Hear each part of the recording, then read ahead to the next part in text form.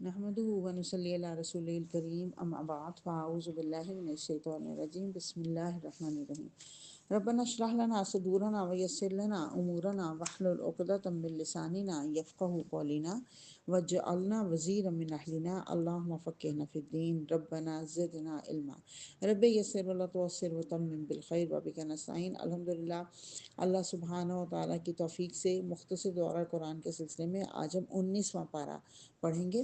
19واں پارہ جو کہ سورہ الفرقان کی آیت نمبر 21 سے شروع ہوتا ہے۔ اللہ تعالیٰ فرما رہے کہ وقال الذین لا یرجون لقاءنا، وہ لوگ جو ہمارے سے ملاقات کی امید نہیں رکھتے، ان لوگوں نے کہا، وہ کہتے ہیں لولا انزل الینا الملائکۃ او نرى ربنا، ہمارے اوپر فرشتے کیوں نہیں اترتے یا ہم اپنے رب کو خود اپنی آنکھوں سے کیوں نہیں دیکھ لیتے۔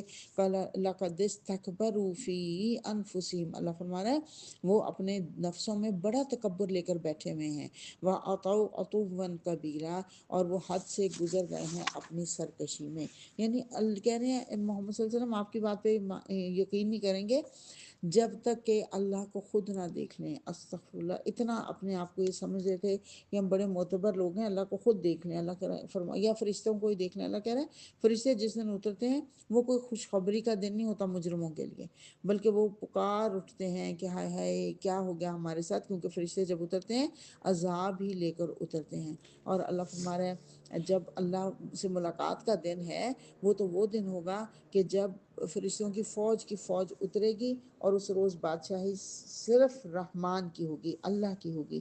اللہ سبحانہ و تعالیٰ کے سامنے سارے دنیا کے بادشاہ مجرم بن کر کھڑے ہوں گے۔ اس دن اللہ فرمائے گا لمن الملک اليوم للہ الواحد القہار، کس کے لیے آج کی بادشاہت؟ اللہ واحد قہار کے لیے۔ اور اللہ فرما رہا ہے اس دن اللہ سوال کرے گا ہر ایک سے۔ حضور صلی اللہ علیہ وسلم نے فرمایا اللہ تعالیٰ ایک ہاتھ میں آسمان اور دوسرے میں ہاتھ میں زمین کو لے کر پوچھے گا ان الملک ان الدیان آئین ملوک الارض این الجبارون این المتکبرون، میں ہوں ان الملک، میں ہوں بادشاہ، اور ان الدیان، میں ہوں فرمانروا، این الملوک الارض، زمین کے بادشاہ کہاں پہ ہیں؟ زمین کے جو جبار بنے ہوئے تھے، زمین میں جو متکبر بنے ہوئے تھے وہ کہاں ہیں؟ تو اب دیکھیے اس دن یہ سارے جو ہیں ٹھس کر کے بیٹھ جائیں گے، فرعون اور نمرود اور یہ سارے، اس دن کسی کا ہمت نہیں ہوگی کہ وہ بات کر سکے۔ تو اللہ کہہ رہا ہے اللہ سے جو ملاقات کا دن ہے وہ تو اتنا سخت دن ہوگا۔ اور اس دن اللہ فرماتا ہے کہ ایک ظالم کہے گا ہائے کاش میں نے رسول کی بات سن لی ہوتی، ہائے کاش میں نے فلاں شخص کو دوست نہ بنایا ہوتا جس نے مجھے دھوکہ دیا۔ اور وہ فلاں شخص کون ہے؟ شیطان یا شیطان کا چیلا۔ اور تیسرا اس کو اس چیز کی حسرت ہوگی کہ میں نے اس قرآن کو مذاق نہ بنایا ہوتا۔ آج اس کے اوپر باتیں کرتے ہیں نا، اس دن انہی چیزوں کے اوپر حسرتیں کریں گے۔ اور اللہ وہ ہے جس نے رات کو تمہارے لیے لباس اور نیند کو سکون موت اور دن کو جی اٹھنے کا وقت بنایا۔ رات کو لباس کا کیوں کہا گیا؟ کہ جیسے لباس ڈھانپ لیتا ہے جسم کو، ایسے ہی رات پورا ڈھانپ لیتی ہے ماحول کو، اور پھر ڈھانکنے اور چھپانے والی چیز ہوتی ہے رات، جس کے اندر انسان چھپ کے آرام سے سکون، اور سکون بھی اللہ کہہ رہا ہے سکون موت، یعنی ایسے جیسے بس انسان مر جاتا ہے ایسے سکون ہوتا ہے۔ اور پھر دن آتا ہے تو جی اٹھنے کا وقت اور کام کرنے کا وقت ہوتا ہے۔ اور پھر اللہ وہ ہے جس نے دو سمندروں کو ملا رکھا، ایک لذیذ اور شیریں، دوسرا تلخ اور شور، اور دونوں کے درمیان ایک پردہ حائل ہے، ایک رکاوٹ ہے جو انہیں گڈمڈ ہونے سے روکے ہوئے ہے۔ اب دونوں میں اس کے معنی بیان کر چکی ہوں کہ ایک اس سے لٹرلی بھی ایسا ہی ہے کہ زمین کے اندر ایسے سمندر موجود ہیں جو میٹھے ہیں، اور انہی کے اندر ایسا سمندر چل رہا ہے، دھارے چل رہے ہیں جو کہ کڑوے ہیں، لیکن دونوں آپس میں گڈمڈ نہیں ہوتے۔ لیکن علماء کرام نے مفسرین نے کہا اس سے مراد مسلمان اور کفار بھی ہیں۔ اس زمین کے اوپر سمندر ہے نا، یہ زمین، اس کے اوپر مسلمان ایک سمندر کی طرح تیر رہے ہیں، چل رہے ہیں، پھر رہے ہیں، اور دوسرے کافر، اور دونوں ایک دوسرے میں گڈمڈ نہیں ہوتے۔ ان کو گڈمڈ نہیں ہونا چاہیے، ان کے طور اطوار بھی فرق ہوتے ہیں، ان کی بول چال بھی فرق ہوتی ہے، ان کی پسندیدگیاں بھی فرق ہوتی ہیں، تو ان کو ایک دوسرے میں گڈمڈ نہیں ہونے چاہیے۔ اور پھر اللہ نے حوالہ دیا کہ اللہ نے ایک پانی سے انسان کو پیدا کیا، اور اس سے پھر نسب اور سسرال کے دو الگ الگ سلسلے چلائے. گویا کہ میکا اور سسرال دو اللہ نے الگ الگ سلسلے چلائے، اور تیرا بڑا ہی قدرت والا. یہ اس کو نا مفسرین نے ایک بڑی مزیدار بات کہی. انہوں نے کہا جیسے یہ دو سمندر ہے نا، ایک میٹھا اور کڑوا، لیکن دونوں آپس میں مکس اپ نہیں ہوتے، بالکل ایسے ہی میکا اور سسرال کے دو رشتے الگ الگ چل رہے ہوتے ہیں. آپس میں ان کو ایک دوسرے کے اندر مکس نہیں ہونا چاہیے. یعنی کہ ماں باپ کی میکے کی باتیں سسرال میں اور سسرال کی باتیں میکے میں نہیں بتانی چاہیے. ان کو علیحدہ علیحدہ مقام اپنا دینا چاہیے، لیکن علیحدہ علیحدہ دینا. یہ ایسے مفسرین کی ایک بات ہے اس کے بارے میں. بہرحال اللہ نے ہمیں اس کا احسان یاد کرا رہا ہے کہ تمہیں میکا بھی دیا اور تمہیں سسرال بھی دیا. اور وہ اللہ جس نے آسمان میں برج بنائے، اس میں ایک چراغ اور ایک چمکتا چاند روشن کیا. یعنی کہ برج سے مراد ہے یہاں پہ یہ جو گیلیکسیز اور سولر سسٹم وغیرہ نا، اس سے یہ مراد دیا گیا. اور پھر جو چراغ ہے وہ سورج اور چمکتا چاند روشن کیا. تو یہ اللہ اپنی نعمتوں کا احساس دلا کر کہہ رہا ہے کہ ہر شخص کو اس سے سبق لینا چاہیے اور شکر گزار ہونا چاہیے. پھر بڑی اہم آیات ہیں. اللہ تعالیٰ جو عباد الرحمن ہیں ان کی خصوصیات بتا رہی ہیں. رحمان کے بندوں میں یہ 10 خصوصیات ہیں. پہلے 5 صفات کا ذکر ہے، پھر 3 درمیان میں وہ چیزیں جو وہ کام نہیں کرتے، اور پھر آخر میں پھر 5 صفات کا ذکر ہے.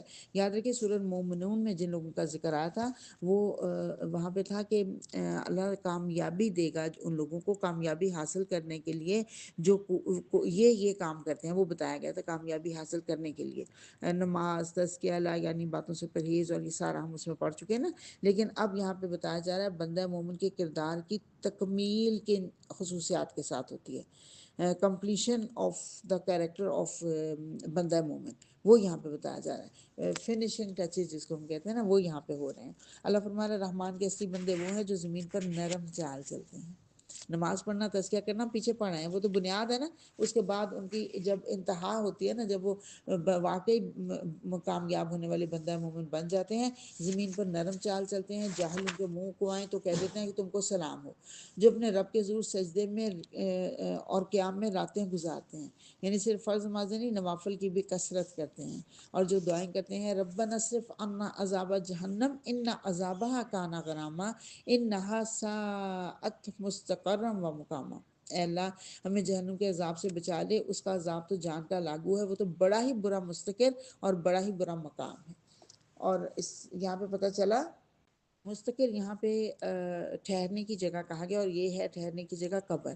آپ کو پہلے بھی میں مستقر کا مطلب بتا چکی ہوں. تھوڑی دیر ٹھہرنے کی جگہ. قر ہوتا ہے جو ڈیو ڈراپس ہوتے ہیں جو ہاتھ کے اوپر رکھتے ہیں نا، وہ جو جم جاتے ہیں نا ڈیو ڈراپس، تو اس کے بعد پھر وہ انگلی کے اوپر اگر رکھیں فوراً پگھل جاتے ہیں، اس کو قر کہا جاتا ہے.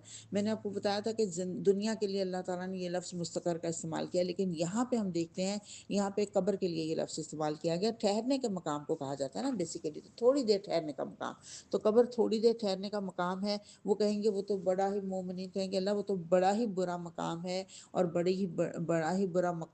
ہی برا ٹھہرنے کی جگہ ہے، اور بڑا ہی برا مقام ہے جس کو جہنم مل جائے ٹھہرنے کے لیے یا مستقل قیام کرنے کے لیے. اب ٹھہرنے کے لیے کن کو جہنم ملے گی؟ قبر میں، جن کی قبر میں جہنم کے گڑھے بنا دیے جائیں گے استغفر اللہ مجرموں کے لیے، اور کہ مستقل قیام کی جگہ.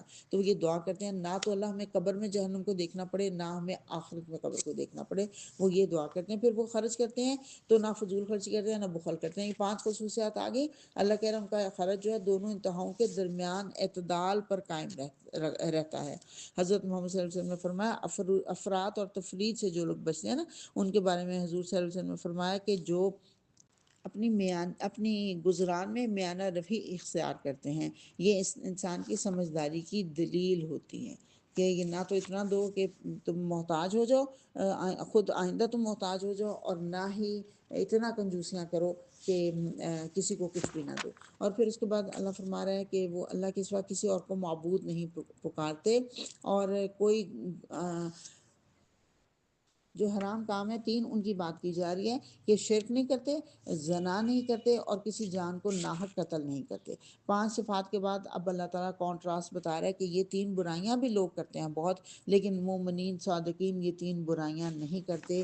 اور ان کو اللہ فرما رہا ہے قیامت کے اس دن ان کو دگنا عذاب دیا جائے گا جو کوئی یہ گناہ کے کام کرے گا، اور پھر اللہ فرما رہا ہے وہ اس میں ہمیشہ ذلت کے ساتھ پڑا رہے گا۔ پھر اب اگلی 5 خصوصیات رحمان کے بندوں کی کہ وہ جھوٹ کے گواہ نہیں بنتے، کسی لغو چیز پر ان کا گزر ہو جائے شریف آدمی کی طرح گزر جاتے ہیں، اور اگر ان کو رب کی آیات سنا کر نصیحت کی جاتی ہے تو اندھے بہرے نہیں بنتے، بلکہ وہ دعا کرتے ہیں ربنا حب لنا من ازواجنا وذریاتنا قرۃ اعین وجعلنا للمتقین اماما۔ اے اللہ ہمیں اپنی بیویوں اور اپنے اولاد سے آنکھوں کی ٹھنڈک دے اور ہم کو پرہیزگاروں کا امام بنا دے۔ اور اللہ فرما رہا ہے ان کو ان کے صبر کا پھل بلند منزل کی شکل میں ملے گا انشاءاللہ۔ اے محمد صلی اللہ علیہ وسلم ان کو کہو میرے رب کو کیا حاجت پڑی ہے کہ اگر تم اس کو نہ پکارو تو عنقریب وہ سزا پاؤ گے کہ جان چھڑانی محال ہو جائے گی۔ سورہ فرقان مکمل ہوئی۔ سورہ شورى مکی صورت ہے، 11 رکوع ہیں اور 227 آیات ہیں۔ آیات کے اعتبار سے یہ طویل ترین مکی صورت ہے۔ حجم کے لحاظ سے سورہ الاعراف ہے، لیکن آیات کے اعتبار سے سب سے زیادہ آیات 227 اس صورت کے اندر۔ سورہ شورى انباء و رسول کی بات ہو رہی ہے، رسولوں کے قصے اس میں ملتے ہیں، جیسے سورہ اعراف اور سورہ ہود میں پڑھے تھے نا، ایسے بہت سارے قصے ہم اس میں پڑھیں گے، اور آخر میں شاعروں کی بات ہوگی۔ بسم اللہ الرحمن الرحیم۔ طاسیم تلک آیات الکتاب المبین، یہ کتاب مبین کی آیات ہیں۔ اے محمد صلی اللہ علیہ وسلم تم اس غم میں شاید اپنی جان کھو دو گے کہ یہ لوگ ایمان نہیں لا رہے۔ حضرت محمد صلی اللہ علیہ وسلم کو بہت پریشانی تھی کہ یہ ایمان نہیں لا رہے، تو آپ اس کے لیے اتنا پڑھتے تھے، تو اللہ تعالیٰ نے یہ بار بار بات بتائی۔ پھر اللہ نے حضرت موسیٰ اور حضرت ہارون کی بات بتائی کہ ان کو بھیجا گیا تھا اور انہوں نے کہا کہ مجھے ڈر لگتا ہے کہ وہ مجھے قتل کر دیں گے۔ اللہ نے فرمایا ہرگز نہیں، تم ہماری نشانیاں لے کر جاؤ۔ اور فرعون کے پاس جب وہ پہنچے، فرعون نے کہا ہم نے تم کو اپنے بچہ سے نہیں پالا تھا، تم نے اپنی عمر کے کئی سال ہمارے یہاں گزار دیے، اور پھر تم بڑے احسان فراموش آدمی ہو، اور تم کیا کر کے گئے ہو، ہمارے ایک ساتھی کو قتل کر کے چلے گئے ہو۔ حضرت موسیٰ نے کہا وہ میں نے غلطی سے کیا تھا، نادانستگی میں کیا تھا۔ اور پھر وہ آپ دیکھیے حضرت کتنے کانفیڈنٹ اپنی بات کو مکمل کر رہے ہیں۔ وہ شیطان جو فرعون ہے وہ ان کو بار بار ڈائیورٹ کرنے کی کوششیں کر رہے ہیں، لیکن وہ اس کی بات کی طرف بالکل متوجہ۔ اور حضرت موسیٰ کہہ رہے ہیں کہ جو تم احسان جتا رہے ہو اس کی وجہ تو یہ ہے کہ تم ان کو بنی اسرائیل کو تم نے غلام بنایا ہوا تھا، ان کے بچوں کو قتل کر رہے تھے، اس لیے میں تمہارے ادھر پہنچا ہوں، دربار پر پہنچا ہوں۔ اور پھر اس نے کہا اچھا یہ رب العالمین کیا ہوتا ہے؟ حضرت موسیٰ نے کہا جو زمین اور آسمان کے تمام چیزوں کا مالک ہے۔ تو اس نے اپنے ارد گرد کے لوگوں کو اچھا دیکھو سنتے ہو یہ کیا باتیں کر رہا ہے، ہمارے آباء و اجداد نے تو اس طرح کی کوئی بات نہیں سنی، یہ تو مجھے بالکل ہی پاگل معلوم ہوتا ہے۔ اور حضرت موسیٰ کوئی اس سے نہیں ہو رہے، پریشان نہیں ہو رہے، اپسیٹ نہیں ہو رہے، وہ کہہ رہے ہیں میرا اللہ تمام مشرق اور مغرب کا رب ہے اگر تم لوگ عقل سے کچھ کام لیتے ہو۔ لیکن اس نے کہا اچھا پھر کوئی ہمیں دکھاؤ، معجزہ دکھاؤ، نشانی دکھاؤ۔ تو انہوں نے عصا پھینکا، وہ دیکھتے ہی دیکھتے سری اژدہا بن گیا، اور پھر ان بغل سے ہاتھ کھینچا تو وہ بھی چمکنے لگا۔ تو انہوں نے کہا اچھا یہ شخص جو ہے یہ ہمیں اپنے ملک سے باہر نکالنا چاہتا ہے، چلو سارے ملک سے جادوگروں کو اکٹھا کر لو۔ اور سارے جادوگر اکٹھے ہوئے، یہ بات ساری ہم پیچھے پڑ چکے ہیں، اور وہ انہوں نے جادوگروں نے جب دیکھا اور انہوں نے وہ سجدے میں گر گئے، کیونکہ وہ اعتراف کر گئے کہ یہ واقعی یہ معجزہ ہے، یہ جادو نہیں ہے۔ اور پھر حضرت موسیٰ کو اللہ کہہ رہا ہے میں نے وہی بھیجی کہ راتوں رات اپنے میرے بندوں کو لے کر یہاں سے نکل جاؤ۔ اور پیچھے سے فرعون بھی اپنے سارے لوگوں کو جمع کر کے پیچھے پیچھے آیا، اور اس نے کہا یہ مٹھی بھر لوگ ہیں، یہ ہم سے بچ کے جائیں گے کہاں؟ وہ مٹھی بھر لوگ جو ہیں بتایا مفسرین نے کہ وہ 6 لاکھ لوگ تھے، اور وہ ان کو کہہ رہا تھا، تکبر ان کا شیوا تھا، اور وہ کہتا ہے ہم تو ایسے لوگ ہیں جو ہر وقت الرٹ رہتے ہیں، ہماری آنکھوں سے بچ کے وہ جا نہیں سکتا۔ اور وہ اس کے پیچھے بھاگے، اور یہ جو تکبر ہے نا کہ انسان کو ڈبو دینے والا ہوتا ہے۔ اس سے مجھے یاد ہے ٹائٹینک جو ڈوبا تھا، اس کو جب بنایا تو بڑا شاندار بنایا، اور ساؤتھ ہیمپٹن سے جب وہ روانہ ہونا تھا ایک بڑی تقریب تھی، لوگ جمع تھے، اس نے پوچھا رپورٹر نے کسی بندے نے کہ آپ نے اس کے اوپر لائف بوٹس کیوں نہیں بنائی؟ تو اس کے ایک ڈائریکٹر نے کہا اس لیے کہ یہ اتنا مضبوط جہاز ہے کہ اس کو اگر خدا بھی ڈبونا چاہے تو نہیں ڈبو سکتا۔ اللہ نے کتنی مہلت دی ان کو، 4 گھنٹے 20 منٹ کے بعد وہ آئس برگ سے ٹکرا کے پاش ہو گیا۔ اللہ تکبر کا نیست مار دیتا ہے۔ تو اور جب وہاں پہ یہ پیچھے بہرحال یہ پیچھے پہنچے ہیں تو ان کو دیکھ کے بنی اسرائیل جو ہیں وہ چیخ اٹھے، انہوں نے کہا ہم تو مارے گئے۔ موسیٰ علیہ السلام نے کہا ہرگز نہیں، میرا رب میری ضرور رہنمائی کرے گا، میرا رب میرے ساتھ ہے۔ اور پھر اللہ نے موسیٰ کو حکم دیا، انہوں نے عصا مارا اور پانی کے اندر خشک رستہ بن گیا اور اس میں سے سارے لوگ نکل گئے، اور اللہ کہہ رہے دوسروں کو میں نے غرق کر دیا۔ اور پھر ابراہیم کا قصہ سناؤ، اس نے اپنے باپ اور اپنی قوم سے کہا یہ تم کو کس کو پوچھتے ہو؟ ان کہتے ہیں ہم ان کو پوچھتے ہیں، ہم ان کی سیوا میں لگے ہوئے ہیں۔ ابراہیم نے کہا کبھی آنکھیں کھول کر دیکھو، تم جن کی بندگی کر رہے ہو یہ تمہارے کسی کام نہیں آ سکتے۔ انہوں نے کہا یہ تو ہمارا بھی دشمن ہے اور ہمارے باپ دادا نے جو چیزیں بنائی ان کا بھی دشمن ہے۔ تو اس کے بعد ابراہیم نے دعا کی کہ اے میرے رب مجھے حکم عطا کر اور مجھ کو صالحوں کے ساتھ ملا، اور بعد میں آنے والوں میں مجھ کو سچی ناموری عطا کر۔ الحمدللہ اللہ نے ان کی دعا قبول کی۔ آج بھی ہم درود ابراہیمی پڑھتے ہیں تو کیسے ان کی سچی ناموری قیامت تک رہے گی دنیا کے اندر۔ اور پھر اللہ فرما رہا ہے کہ انہوں نے دعا کی کہ اللہ میرے باپ کو بھی معاف کر دے، اور اللہ نے فرمایا کہ ایسا ہرگز نہیں ہوگا، بے شک وہ گمراہ لوگوں میں سے ہے۔ اور اللہ فرما رہا ہے کہ قیامت کے دن وہی کامیاب ہوگا جو قلب سلیم لیے ہوئے اللہ کے حضور آئے گا۔ قلب سلیم کیا ہے؟ سالم دل، ایسا دل جس میں اللہ کے علاوہ کسی اور کی یاد نہ گھسی ہوئی ہو، اللہ کے علاوہ کسی اور کا ڈر نہ ہو جس کے اندر، وہ سالم دل ہے۔ اللہ مجھے اور آپ کو سالم دل عطا فرمائے۔ پھر قوم نوح کا ذکر ہے، انہوں نے بھی رسولوں کو جھٹلایا تھا۔ نوح علیہ السلام نے کہا تھا میں تمہارے پاس ایک امانت دار رسول ہوں، لہٰذا تم اللہ سے ڈرو، میری اطاعت کرو۔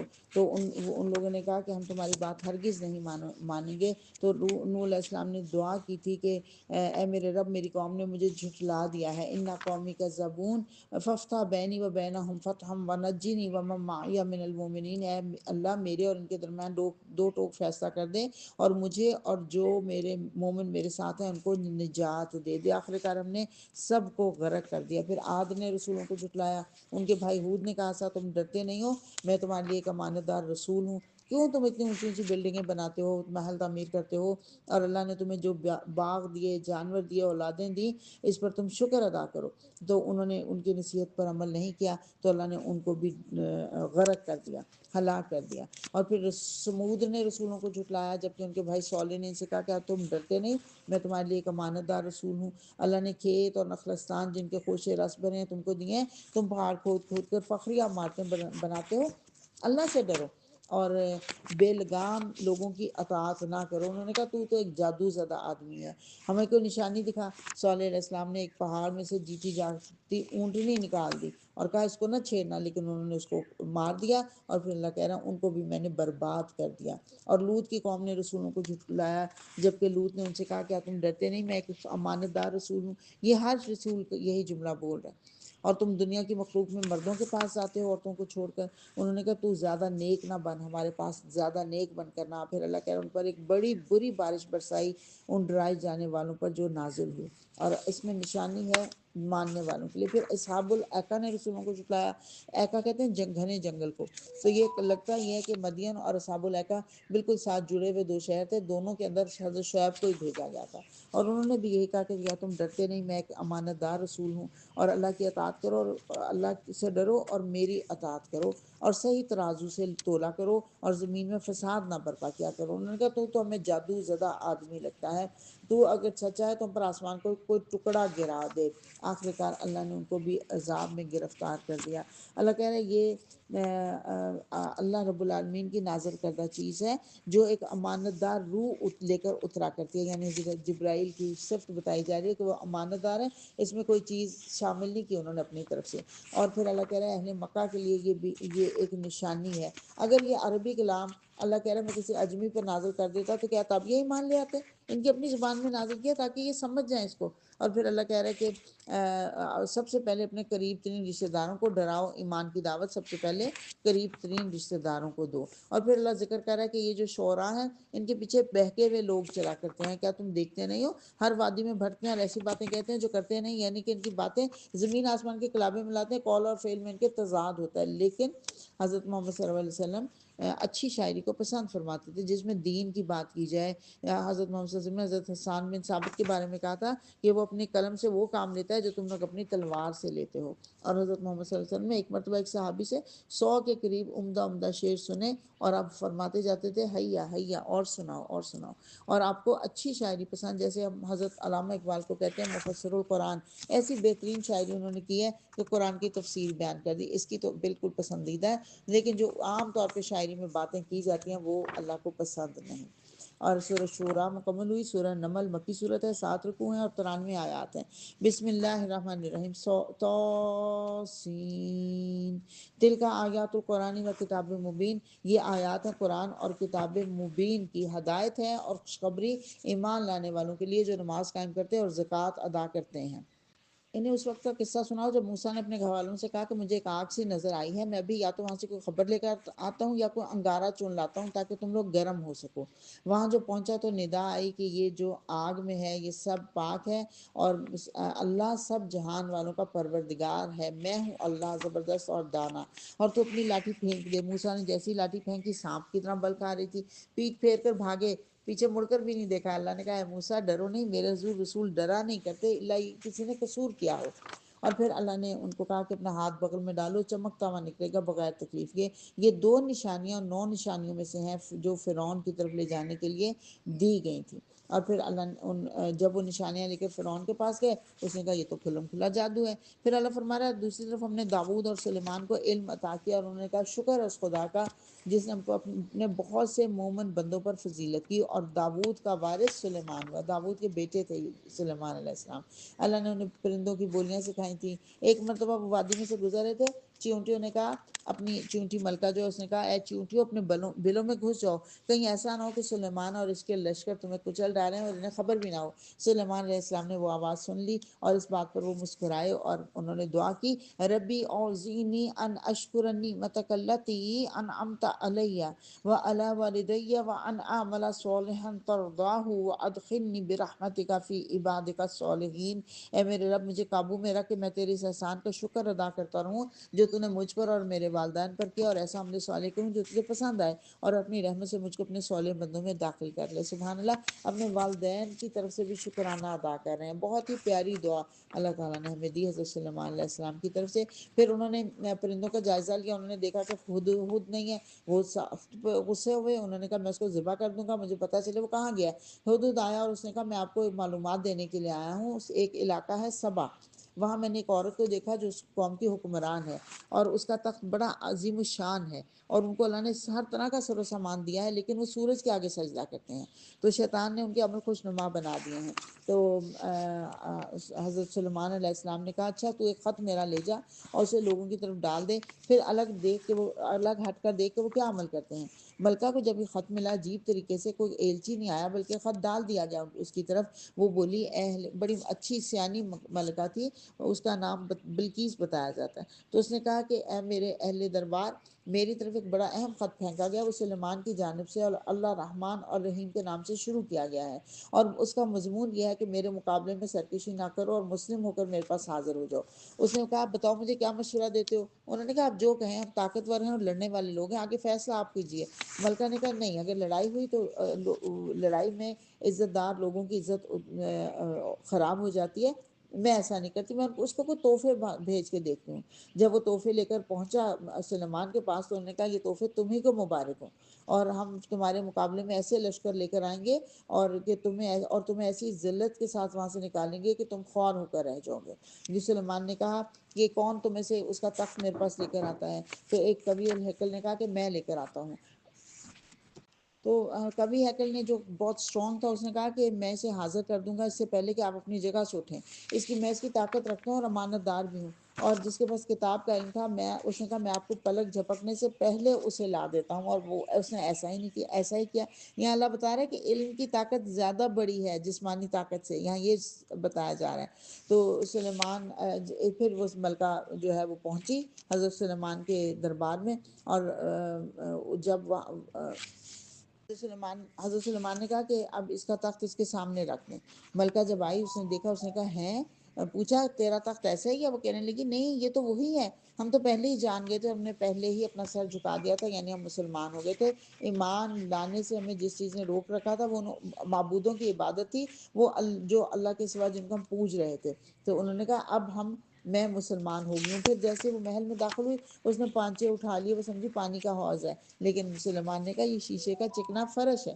وہ پکار اٹھی کہ ربی انی ظلمت نفسی و اسلمت مع سلیمان للہ رب العالمین، آج تک میں اپنے نفس پہ بڑا ظلم کرتی رہی اور اب میں نے سلیمان کے ساتھ اللہ رب العالمین کی اطاعت قبول کر لی۔